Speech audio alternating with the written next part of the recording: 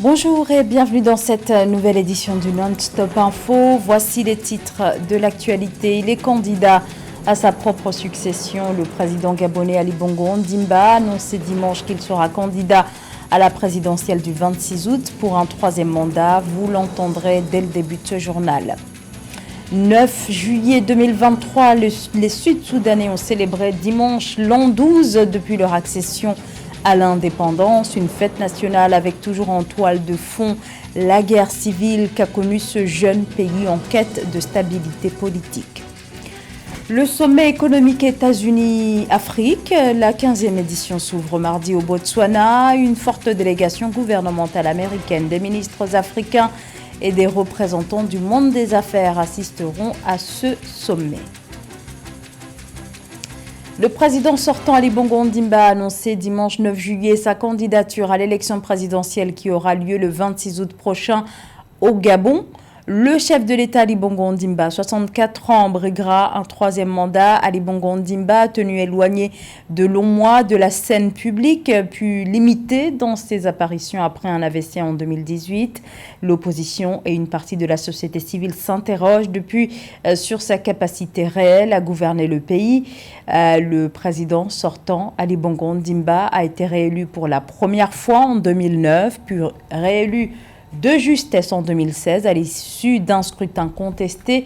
Et concernant cette nouvelle candidature, elle devra à présent être validée par son parti, le PDG, le Parti démocratique gabonais, qui tient ce lundi son congrès d'investiture. Je vous propose d'écouter le chef de l'État gabonais qui confirme sa candidature. Mes très chers compatriotes, Gabonaises, Gabonais, vous continuez d'écrire cette histoire et ce futur ensemble parce que rien ne compte davantage que la réussite de notre pays. Parce que rien ne compte davantage que votre réussite à vous. J'annonce officiellement, aujourd'hui, je suis candidat.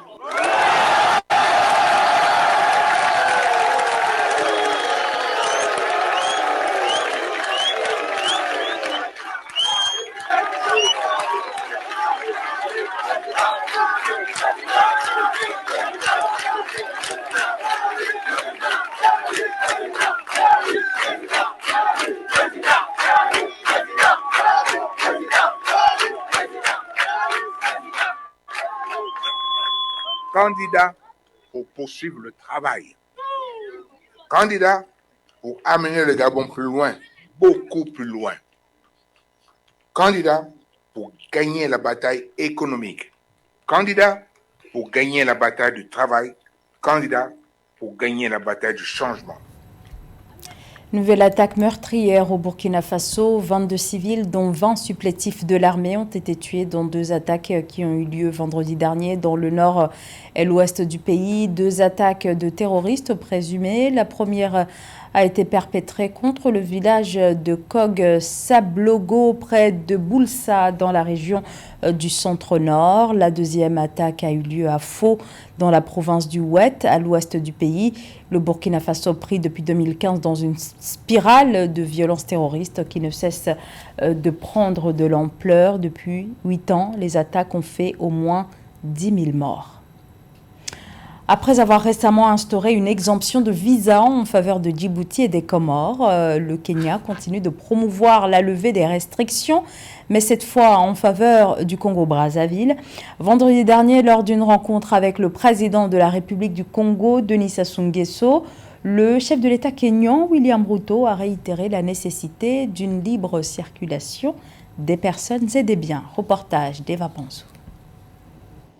Le partenariat entre la République du Congo et le Kenya se raffermit de plus en plus depuis l'élection de William Ruto à la tête de l'État d'Afrique de l'Est. Au cours de sa première visite de travail en République du Congo, le président de la République du Kenya a rendu effective l'exemption de visa pour les Congolais désireux de voyager au Kenya. Le protocole d'accord qui a officialisé cette disposition a été signé ce samedi 8 juillet 2023 au Palais du Peuple par les ministres des deux pays.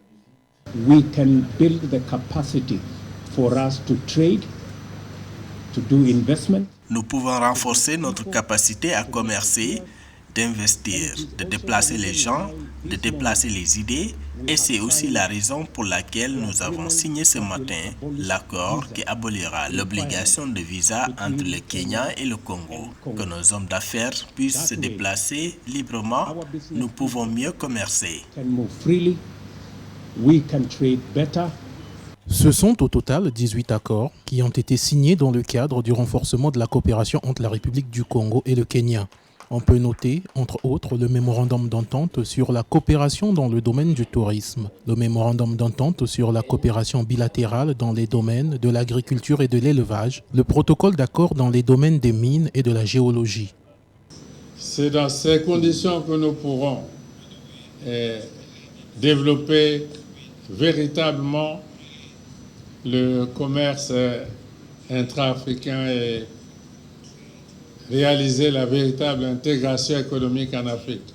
Nous en avons la volonté et les accords que nous venons de signer sont en réalité la manifestation de cette volonté. Au cours des prochains mois, le Kenya compte installer sa représentation diplomatique à Brazzaville afin que les Congolais ne dépendent plus de l'ambassade de Kinshasa voisine pour effectuer leurs formalités de visa.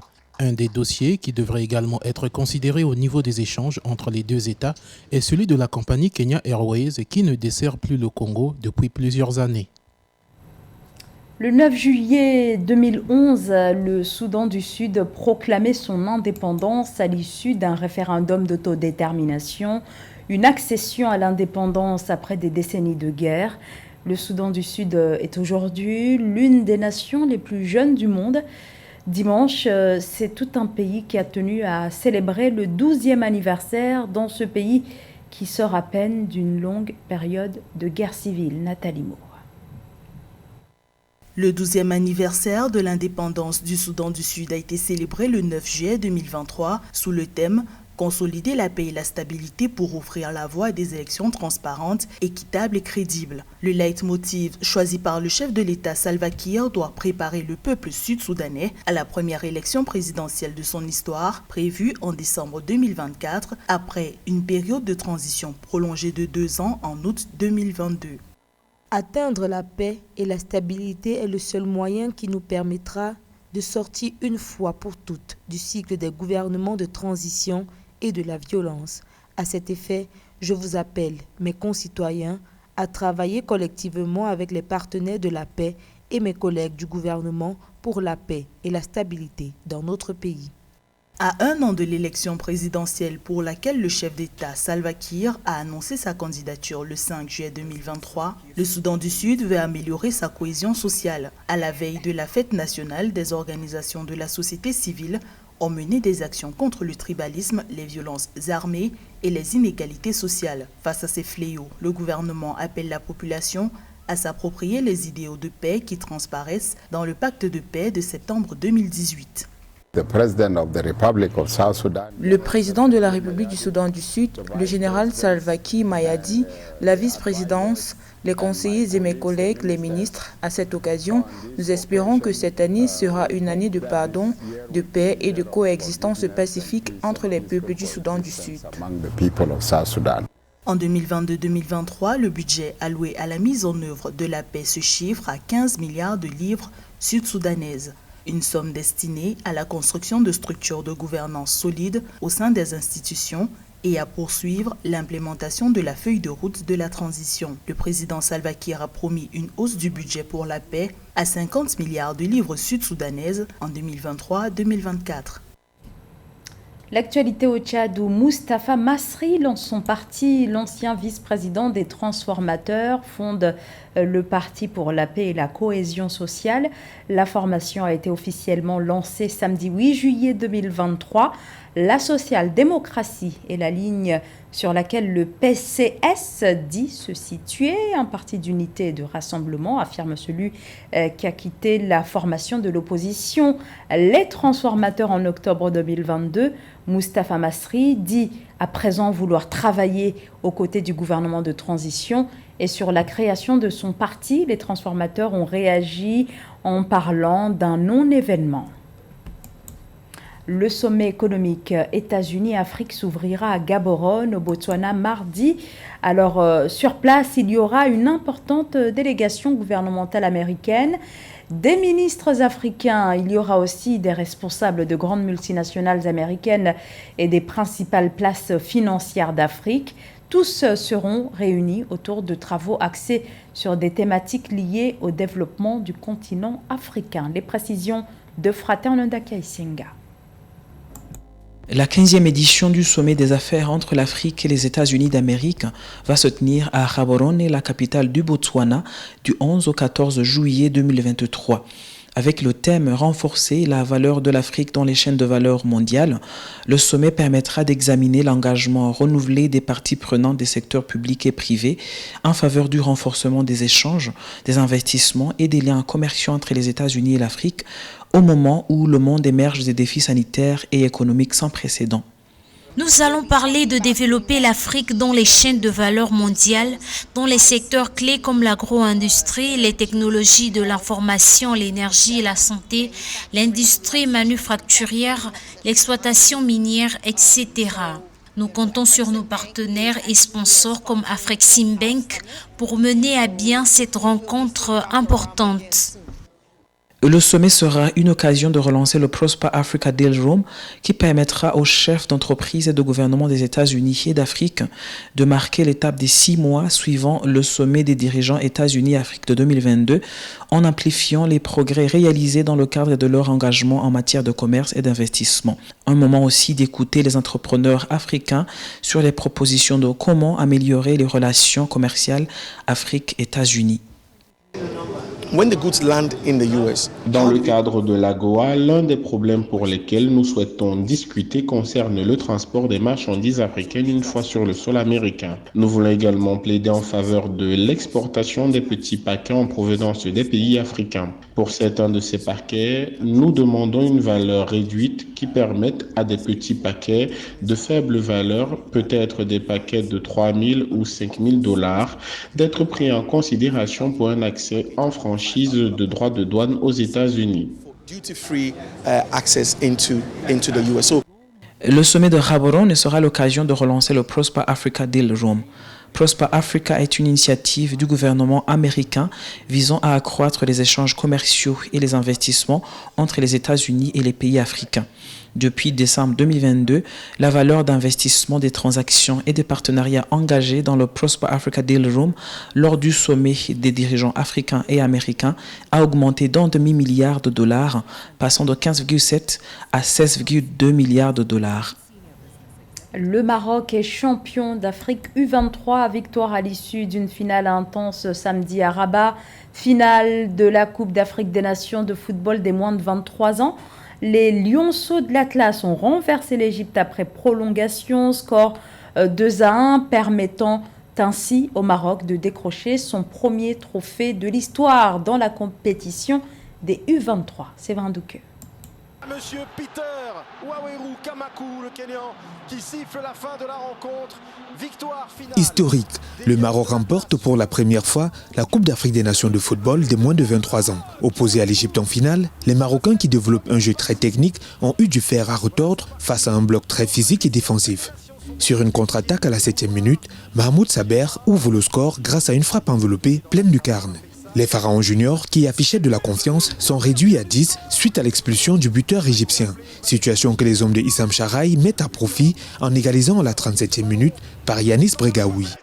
Il a manqué à l'Égypte le sang-froid, la gestion du match, surtout lorsqu'on mène au score. Qu'est-ce qu'il faut faire? Est-ce qu'il faut continuer à attaquer? Est-ce qu'il faut conserver le ballon? Est-ce qu'il faut jouer défensif? L'Égypte n'a pas su prendre la bonne décision et puis ce carton rouge a véritablement déstabilisé l'équipe. 10 contre 11 dans une finale de Coupe d'Afrique face au pays organisateur, c'était véritablement difficile.